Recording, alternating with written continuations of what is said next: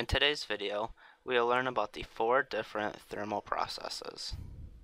The first thermal process we'll learn about will be the isobaric process. In this process, the pressure stays constant, so when we look at a PV diagram, we see that as our volume changes, our pressure will remain the same and can be seen with a horizontal line. In order for pressure to remain constant, heat must be added to the system as the gas expands. So this work results in a loss of internal energy, thus the temperature of the gas must decrease. In an adiabatic process, no energy enters or leaves the system as heat, so our change in energy is equal to 0. Thus, our first law becomes our change in internal energy is equal to the work that is performed on the gas. By using the first law of thermodynamics, our work done then can be found by solving for the change in our internal energy. And we see that an adiabatic process is illustrated by a PV diagram to the bottom right of your screen. This brings us to our third thermal process of isovolumetric process. In this process, the volume is kept constant. Therefore, since our volume is unable to change, no work will be performed. This then results in the first law of thermodynamics becoming our change in internal energy is equal to our energy of heat added to the system. So the energy transferred to the system by heat will increase the internal energy of the gas, and thus we can calculate the change in internal energy by setting it equal to N times our molar specific of heat times our change in temperature. And we see with no change in volume, there is no area underneath our curve, therefore there is no work being performed. Lastly, our fourth and last thermal process is the isothermal process.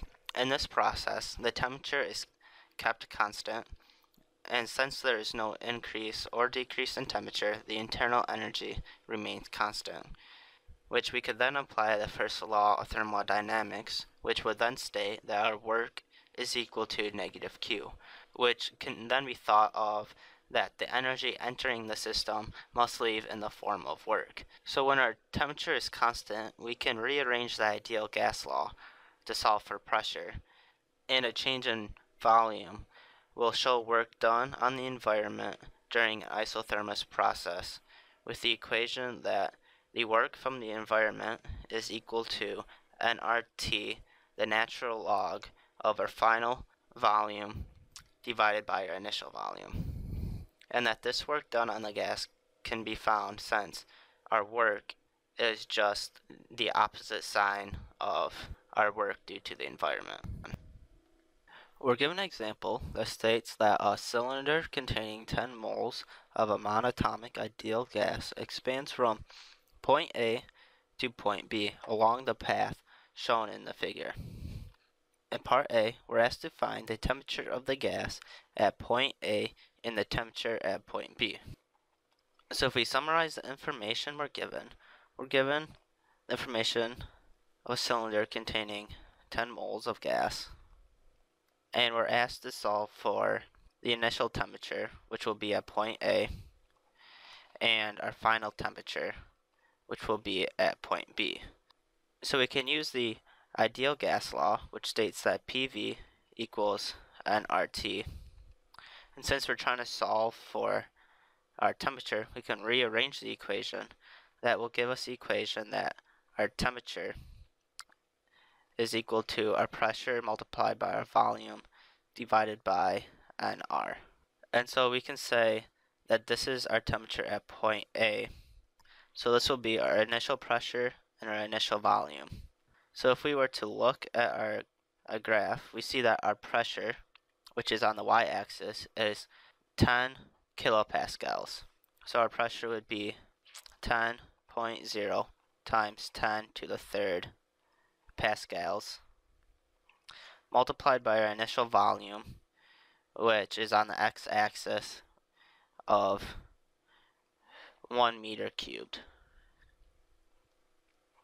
divided by our amount of moles, which is given to us as 10 moles, then multiplied by our universal gas constant of 8.31. When we multiply this together, we see that our temperature at point A will be equal to 120 degrees Kelvin. Now if we were to take the exact same equation, but now solve for our final temperature, which will be our temperature at point B, we'll take our final pressure multiplied by our final volume, divided by our amount of moles, multiplied by our universal gas constant. So once again, we see that our final pressure is still 10 kilopascals. So we can write it as 10 times 10 to the third pascals, multiplied by our final volume, which is now 6.0 meters cubed, divided by our moles of 10 moles, and our universal gas constant of 8.31. And so when we calculate this together, we see that our final temperature, or our temperature at point B, will be equal to 722 degrees Kelvin. In part B, we're asked how much work is done by the gas during this expansion.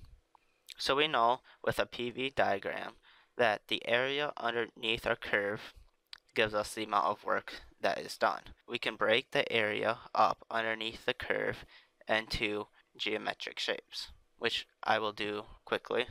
So in part B, we're trying to find the area underneath the curve, which I then broke up into 4 geometric shapes, 2 of them being rectangles, and 2 of them being similar triangles.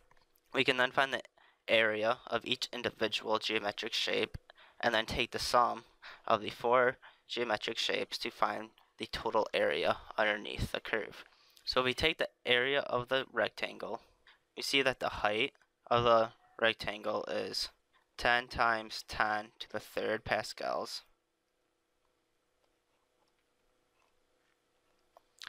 multiplied by its base, which is a change in volume from 6 meters cubed to 1 meter cubed. So we have 6 meters cubed minus 1 meter cubed will give us the area of our purple rectangle. And now we can find the area of our triangles. And we know that the area of a triangle is 1/2 times our base times our height. But since we have 2 of these, we can ignore the fact that we have to take a half of the base and the height. So we have a height of 40 pascals that range down to 10 pascals times 10 to the third times our base of 3 cubed minus 2 cubed will give us 1 cubed. And the same thing we'll see here is that 5 cubed minus 4 cubed will give us 1 cubed for our base. And then we can find the area of our second rectangle, which will be our height, which is 40 minus 10 times 10 to the third times our base, which is 4 meters cubed minus 3 meters cubed, which will give us a base of 1 meter cubed.